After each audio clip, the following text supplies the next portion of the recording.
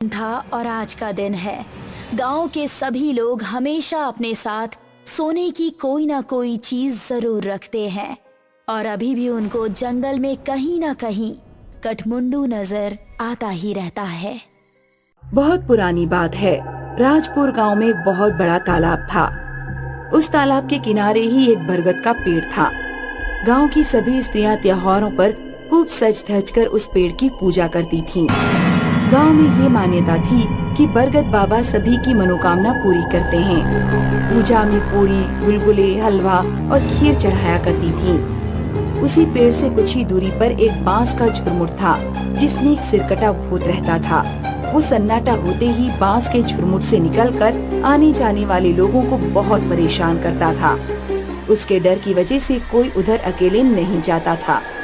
अगर गलती से भी कोई चला जाता तो वहाँ बेहोशी की अवस्था में ही पाया जाता।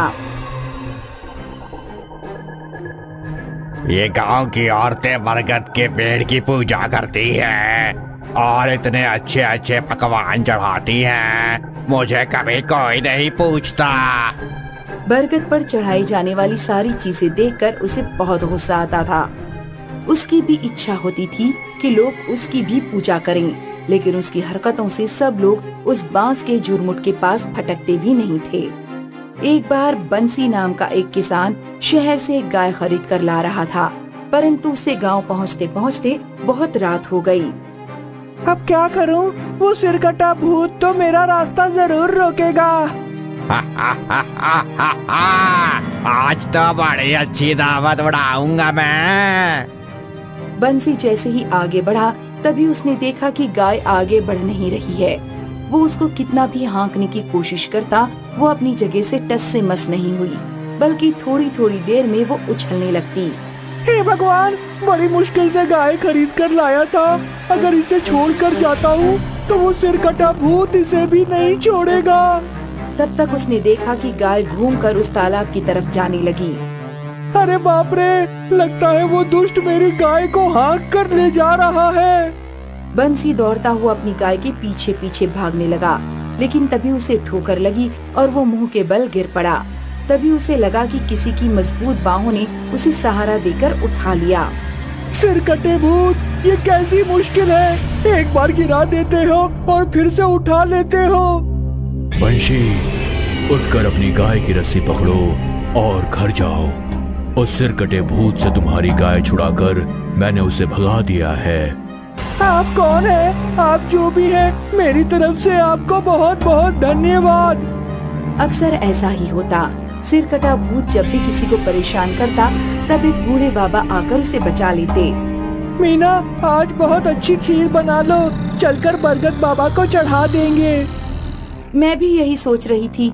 हो सकता है बूढ़ा आदमी कहीं बरगद बाबा ही न हो। ऐसे तो उन्हें आज तक किसी ने गांव में नहीं देखा।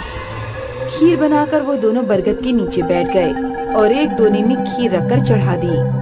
हे बरगद बाबा, आपको किसी ने नहीं देखा, लेकिन आपकी अद्भुत शक्तियों की वजह से ही हमारे गांव के लोग रह पा रहे हैं, वरना उस सिरकटे भूत ने तो सबका जीना हराम कर दिया था। तभी अचानक बांस के झुरमुट में थोड़ी हलचल सी हुई और ऐसा लगा कि बांस के झुरमुट में से कोई गुर्रा रहा है। चलो मीना, घर चले। गाय की वजह से उनकी अच्छी आमदनी हो रही थी। एक दिन कोई त्योहार था। गांव की सारी औरतें खूब पकवान बनाकर बरगद बाबा को चढ़ाने ले गई थीं। बंसी की बेटी मुनिया, जिसकी शादी होने वाली थी, वो भी बरगद के नीचे अपने होने वाले पति की लंबी उम्र की कामना कर रही थी।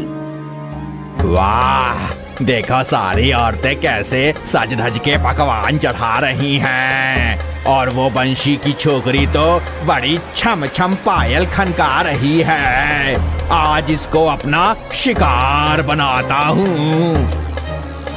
सभी औरतें वहाँ से वापस आ गईं, लेकिन मुनिया की पायल कहीं गिर गई। उसी को ढूंढने के लिए वो वहाँ रुक गई। अब आएगा मजा। वो उसके पास गया। तुम्हारी पायल खो गई है क्या? हाँ, तुमको कैसे पता? मैं जानता हूँ वो कहाँ है। बता दो, मैं खुद ही ले लूंगी। वो पायल मेरी ससुराल से आई है। वो उधर जो बांस का झुरमुट है ना, उसी में पड़ी है। मुनिया को तो वो पायल किसी कीमत पर चाहिए थी, तो बिना कुछ सोचे समझे बांस के झुरमुट के पास दौड़ गई। ये दुष्ट सिरकटा भूत आज इसको खत्म कर देगा। मुझे इसको बचाना ही होगा।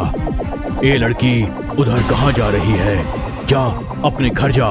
तेरी पायल बरगद के नीचे ही पड़ी है।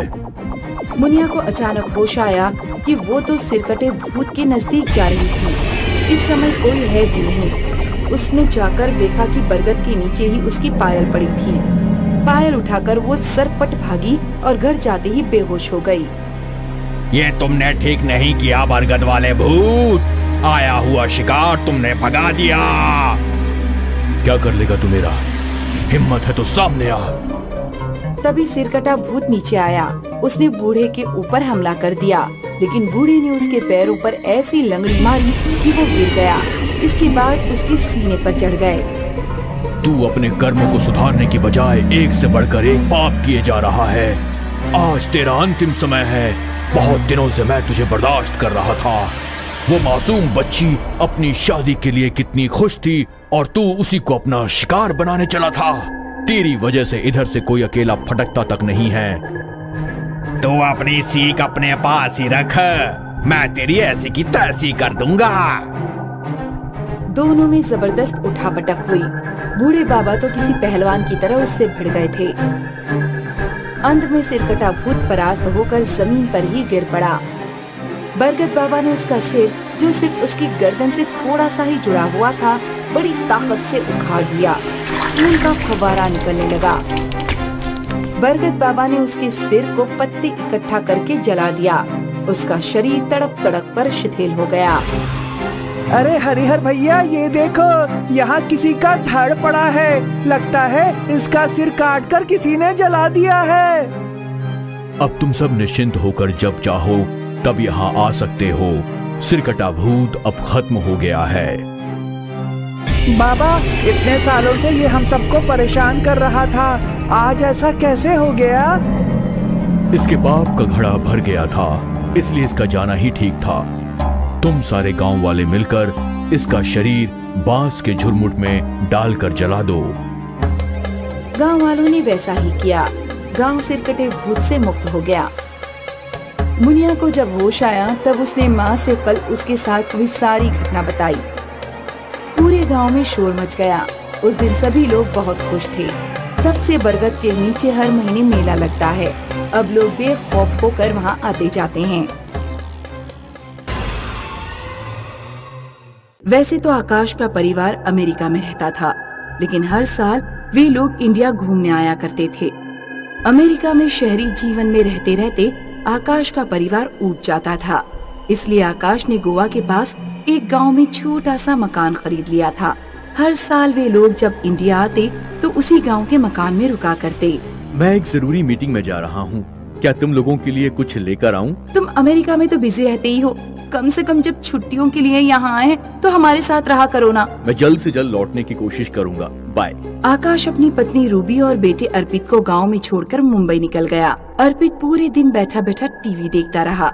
रात को अचानक उसके पेट में बहुत तेज दर्द उठा।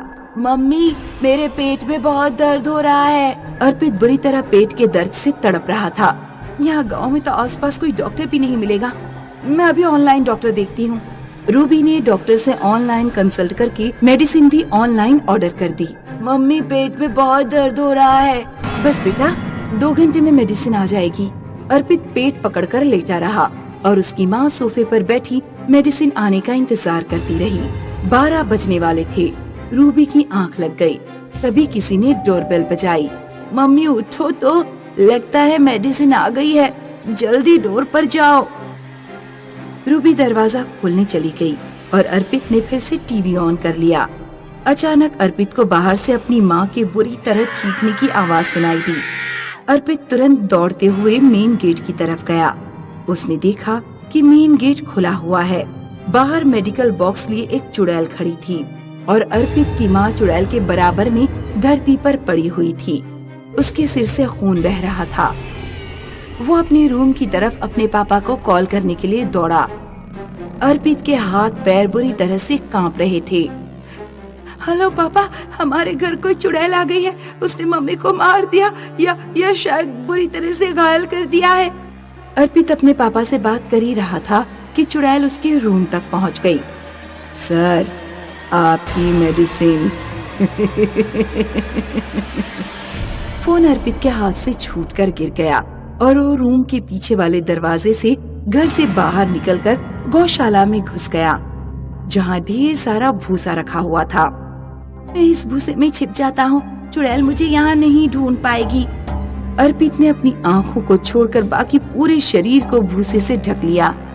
कुछ देर बाद अर्पित को अपने सामने पड़े भूसे के ढेर में कुछ हलचल दिखाई दी। आपकी मेडिसिन सर। अर्पित बचाओ बचाओ चिल्लाता हुआ दोबारा घर में भाग गया। उसने घर के सभी खिड़की दरवाजे बंद कर दिए और बेड के नीचे छिपकर बैठ गया। वो 1 घंटे तक बेड के नीचे छिपा रहा। तभी दरवाजे पर उसे अपने पापा की आवाज सुनाई दी। अर्पित, दरवाजा खोलो बेटा, क्या तुम अंदर हो? अपने पापा की आवाज सुनकर अर्पित की जान में जान आई। हाँ पापा, मैं बस अभी आया। अर्पित ने तुरंत जाकर दरवाजा खोला। उसने देखा कि चुड़ैल उसके पापा की गर्दन पकड़े खड़ी थी। आज मेरा बदला पूरा होगा। चुड़ैल ने आकाश के सिर में चाकू फूंक दिया। फिर वो अर्पित की तरफ बढ़ी। इस बार अर्पित को दरवाजा बंद करने का भी समय नहीं मिला। वो अपने रूम की तरफ दौड़ा और उसने अपने रूम का दरवाजा बंद कर लिया, लेकिन चुड़ैल दरवाजा तोड़कर उसके कमरे में घुस गई। तुम कौन हो? मुझे छोड़ दो। मैंने तुम्हारा क्या बिगाड़ा है? तुमने मेरे मम्मी पापा को क्यों मार दिया? बिगाड़ा तो मैंने भी नहीं था तुम्हारे मम्मी पापा का, लेकिन तुम्हारे मम्मी पापा की वजह से बेवजह मेरी जान चली गई। क्या तुमने कभी पता करने की कोशिश की कि तुम्हारे पापा पिछले 3-4 सालों में इतने अमीर कैसे बन गए? मेरे पापा शेयर्स की खरीद और बिक्री से इतने अमीर हुए हैं? नहीं, तुम्हारे पापा एक ठग और चोर थे जो नकली दवाएं बेचने का धंधा करते थे। तुम्हारे पापा ने एक बड़ी दवा बेचने वाली कंपनी की वेबसाइट को कॉपी करके एक डुप्लीकेट वेबसाइट तैयार की। उसी से वो नकली दवाइयां बेचता था। तुम्हारी माँ रूबी वेबसाइट से आने वाले कॉल्स को हैंडल करती थी। मुझे डायबिटीज की जेनेटिक प्रॉब्लम थी। अक्सर मुझे इंसुलिन के इंजेक्शन लगवाने की जरूरत पड़ती थी।